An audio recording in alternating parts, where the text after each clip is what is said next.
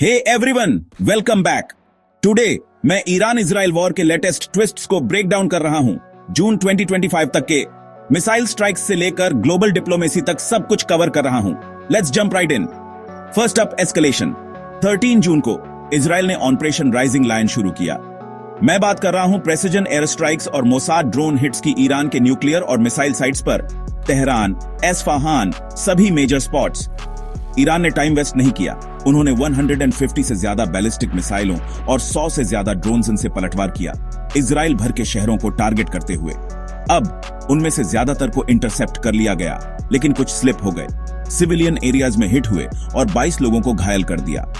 लेकिन 19 जून को चीजें और भी इंटेंस हो गईं। ईरान ने एक सेज्जिल मिसाइल सीधे बीरशेबा के सोरोका मेडिकल सेंटर पर लॉन्च की। हॉस्पिटल के विंग को मेजर हिट लगी, लगभग 50 लोग घायल हुए और एक सस्पेक्टेड केमिकल लीक था, इसलिए उन्हें पूरे एरिया को इवैक्यूएट करना पड़ा। तो इजराइल ने कैसे रेस्पॉन्ड किया? उन्होंने एयर स्ट्राइक्स जारी रखी तेहरान और अराक में, और न्यूक्लियर और मिसाइल साइट्स पर पलटवार करते हुए यहां तक कि अराक रिएक्टर को भी डिस्ट्रॉय कर दिया। मोसाद के ड्रोन्स भी बिजी थे, ईरान के मिसाइल लॉन्चरों और एयर डिफेंस को सैबोटेज करते हुए। बेसिकली इजराइल ओपन अटैक्स और कोवर्ट ऑप्स का कॉम्बो यूज कर रहा है प्रेशर बनाए रखने के लिए। ह्यूमन कॉस्ट ईरानी साइड पर यह रफ है। 650 से ज्यादा मारे गए और 2000 घायल, जिनमें बहुत सारे सिविलियन और हॉस्पिटल स्टाफ शामिल हैं। इजराइल का टैली लगभग 240 घायल है, जिसमें वह हॉस्पिटल अटैक एक बड़ा फैक्टर है। Let's talk diplomacy.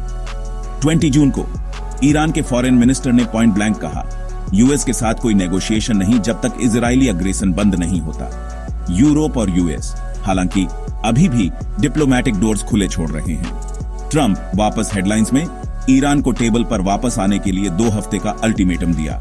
और हां, वह मिलिट्री ऑप्शंस की बात कर रहे हैं, लेकिन वह टॉक्स के लिए भी पुश कर रहे हैं।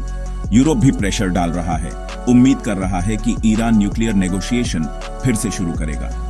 मीनवाइल इजराइल हेजबोला को वार्न कर रहा है, इस लड़ाई से दूर रहो। रीजनली फॉलआउट मैसिव है। ऑस्ट्रेलिया और यूके ने अपने एम्बेसी स्टाफ को ईरान से वापस बुला लिया। ऑस्ट्रेलिया ने तो अपनी डिफेंस फोर्स भी भेजी रीजन से लोगों को इवैक्यूएट करने में मदद करने के लिए। इंडिया भी एक्शन में है। उन्होंने ऑपरेशन सिंधु शुरू किया और 100 से ज्यादा इंडियन नेशनल्स को इवैक्यूएट किया, यह सुनिश्चित करते हुए कि उनके लोग सेफ हैं। तो what's next? Diplomatic breakthrough के लिए 2 हफ्ते का विंडो है, लेकिन ईरान नॉट बजिंग। वे पहले अटैक्स को रोकना चाहते हैं। वॉर के फैलने का रिस्क रियल है। रशिया ने तो यह भी वार्न किया है कि अगर ईरान के सुप्रीम लीडर को टारगेट किया जाता है तो यह पंडोरा का बॉक्स खोल सकता है। मीनवाइल यूएन, ईयू और यूएस सभी सीज फायर और टॉक्स पर लौटने की मांग कर रहे हैं, चीजों को कंट्रोल से बाहर जाने से रोकने की उम्मीद में।